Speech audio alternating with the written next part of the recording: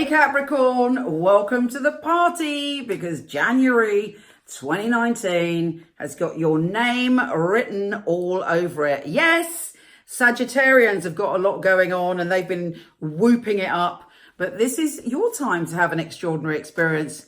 I don't know what it will be, but I can tell you one thing. It is completely and utterly life transforming one way or the other. And that is because we have two eclipses this month, which eclipses are all about radical change, shaking things up, turning things on their head and delivering us into a rebirth. And one of these eclipses has your name written all the way through it. On the 6th UK time, Google if you want to know which time it is in your country, we have a solar new moon eclipse in Capricorn. So basically, you're feeling as if you're going through a transition. You might not even know till the day hits or around that week what this transition is. But eclipse is all about revealing the truth in some ways. There's something coming up within this first week of January that reveals to you a fresh start, a new beginning, a new wish, a new desire, a blossoming of you, a leaving behind the past and moving forward, but in some way, in a fundamentally different way. If it doesn't become obvious now, in the next 6 months, it will become obvious what that eclipse was all about. But certainly it's powerful stuff. And there's a whole host of other energy in your sign as well. Hold on one sec. I've just got my iPad's gone off, taking away my transits. Oh no, someone could explain to me how to do that. It'd be bloody great.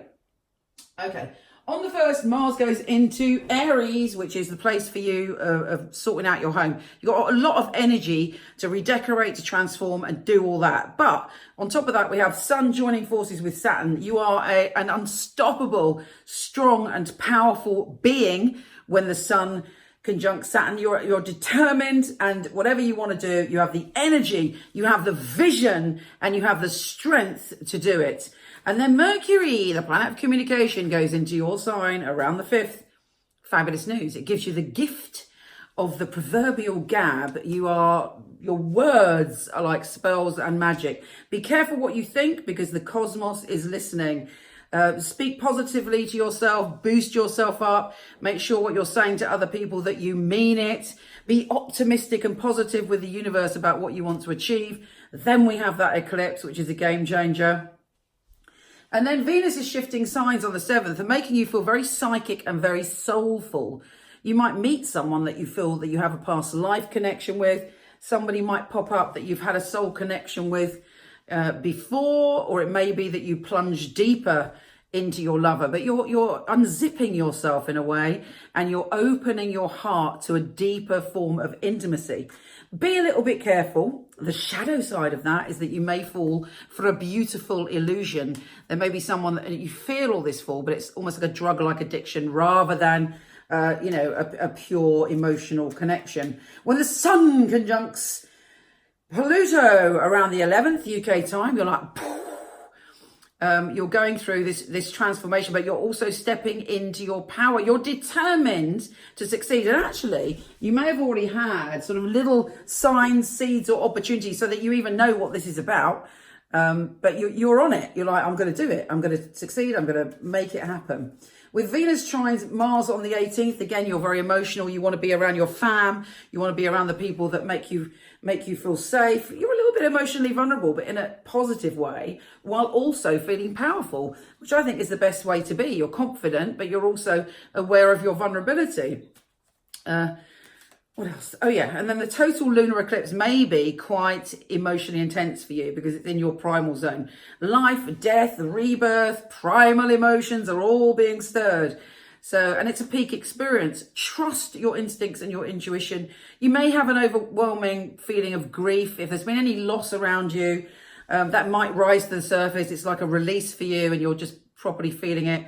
Avoid extreme emotions like jealousy, possessiveness, anger on that day. Understand if you start to feel hijacked by an emotion that it's coming from your unconscious. There's something that you haven't dealt with that's to do with a wound in you, not necessarily about the current situation. But again, it's a game changer. And the purpose of it is to bring you into your power. We then have Mars trine Jupiter, which is great. Again, you're feeling very positive, healing vibes around your home and family. And we have Sun conjunct Mercury on the 30th. And you're feeling that you're ready to move on, get the job done. So, I mean, super powerful month for you. Let's have a little look. Oh, doing it back to front. Let's have a little look what the tarot say for you, Capricorn, this month. Obviously, this, for some of you, it will be spot on. For others, you can use it symbolically or use your intuition. It's a generic reading, but, you know, I've noticed it does mirror the astrology most of the time. So let's have a little look what's coming up. Yeah, you've come through you've been on an emotional journey. You're just hitting dry land now. It's time to sit up, chuck off that cloak, leap onto the shore in front of you to move forward. You're stepping into Empress energy. You know, that sort of is exactly what I was saying, really. The Empress is very powerful, but also very flowing in their emotions. So they're relaxed enough to be powerful but emotional, and that's sort of the advice for you. Also, the family thing is coming up. There will be reunions, there will be connections. I love this card. I tell you what, one of the most beautiful depictions of the Ten of Cups is in the Wild Unknown Tarot, because it shows all these energy lines going in between all these cups. And that's the connections that we make with people. We are connected to everybody we interact with, and the people that we love and the people that we nurture and the people that we support. Even if we don't see them, you know, those cords are there. And sometimes that energy comes together and there's a celebration and an appreciation of the love. And yeah, which goes back into the 4th house vibe of your astrology. It's a new beginning. You're feeling in control. You are the master of your destiny. I hate the word master. Why am I even saying that? You are the sorceress, sorcerer, sorcerex of your destiny. And you are, know that you can conjure your reality, not just by a whim of your mind, but because you have all the elements there. You have the practicality, you have the emotion, you have the intellect, and you have the energy to drive forward. And also, you have the balance.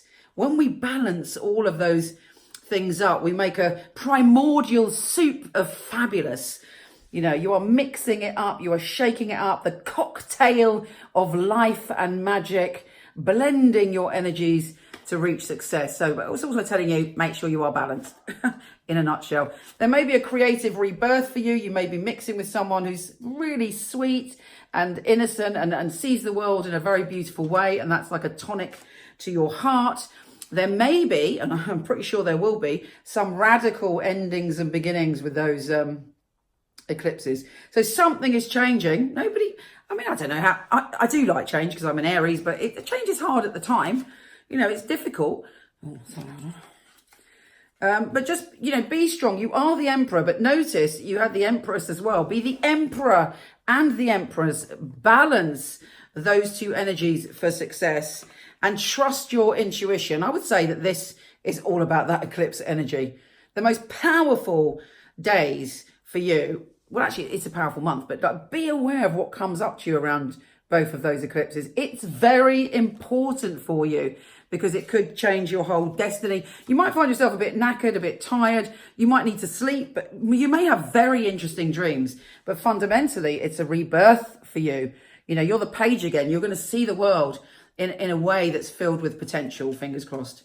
Take care, gorgeous, and I'll speak to you soon.